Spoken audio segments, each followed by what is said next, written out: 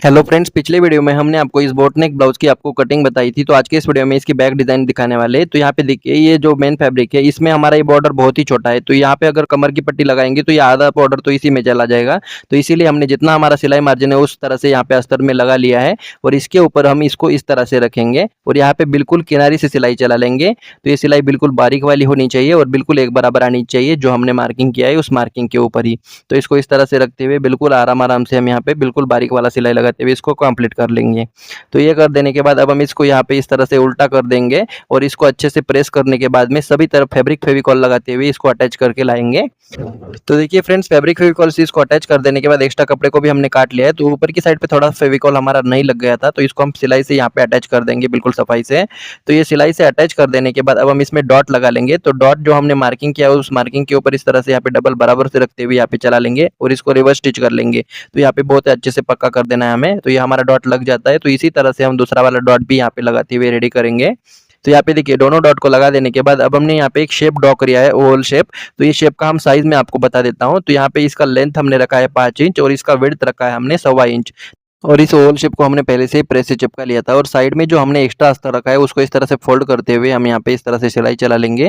तो इसी तरह से दूसरी वाली साइड पे भी बिल्कुल बारीक वाली सिलाई यहाँ पे चलाते हुए इसको रेडी कर देंगे। तो ये हो जाने के बाद में अब हमने ये जो डॉट लगाया था इस डॉट के ऊपर हम इसको इस तरह से बराबर सेंटर में रख देना, इस तरह से बराबर से। और यहाँ पे इसमें पिन लगा लेनी है ताकि सिलते समय पे हिले नहीं। तो ये हो जाने के बाद में फ्रेंड्स, अब हमने जो यहाँ पे मार्किंग किया है उस मार्किंग के ऊपर इस तरह से बिल्कुल सफाई के साथ में इस पे सिलाई चला लेंगे बारीक वाली। तो यहाँ पे आपका शेप बिल्कुल बराबर आना चाहिए सिलाते समय पे। तो इस तरह से बराबर शेप से हमने सिलाई लगा ली है और अब हम यहाँ पे क्या करेंगे, इस पेन को हटा देंगे और यहाँ पे बीच में इस तरह से फाड़ते हुए यहाँ पे 1 पॉइंट की जितना ही कपड़ा रखेंगे, ज़्यादा कपड़ा नहीं रखेंगे, नहीं तो ये अच्छे से पलटेगा नहीं। तो इस तरह से कर देने के बाद इसमें हमें छोटे छोटे कट्स लगा देने हैं। तो कट्स में सिलाई ना कटे, इस बात का विशेष ध्यान रखिएगा। और इस तरह से यहाँ पे सभी तरफ कट्स लगा लेंगे।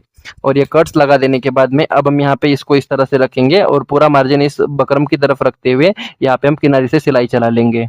तो इसको बिल्कुल सफाई से हम इस तरह से चलाते हुए इसको रेडी कर देंगे। तो ये रेडी कर देने के बाद में अब हमारा ये बिल्कुल ईज़िली अंदर की तरफ पलट जाएगा। तो यहाँ पे इसको पक्का कर देना है और ये हो जाने के बाद धागे को काट देंगे और इसको अंदर की तरफ इस तरह से डालेंगे और इसको अच्छे से प्रेस करके लाएँगे बिल्कुल सफाई से। तो देखिए फ्रेंड्स, हमने इसको प्रेस करके ला लिया है। तो इसकी नीचे वाली साइड कुछ इस तरह से हो जाएगी, जिसको बाद में हम तुरपाई करेंगे। और अब हम इसको यहाँ पे दोनों तरफ बो बनाने वाले हैं। तो बो बनाने के लिए यहाँ पे मेन फैब्रिक ले लेंगे, जिसको हमने 5 इंच की विड्थ में रखा है और इसको हम इस तरह से डबल फोल्ड करेंगे।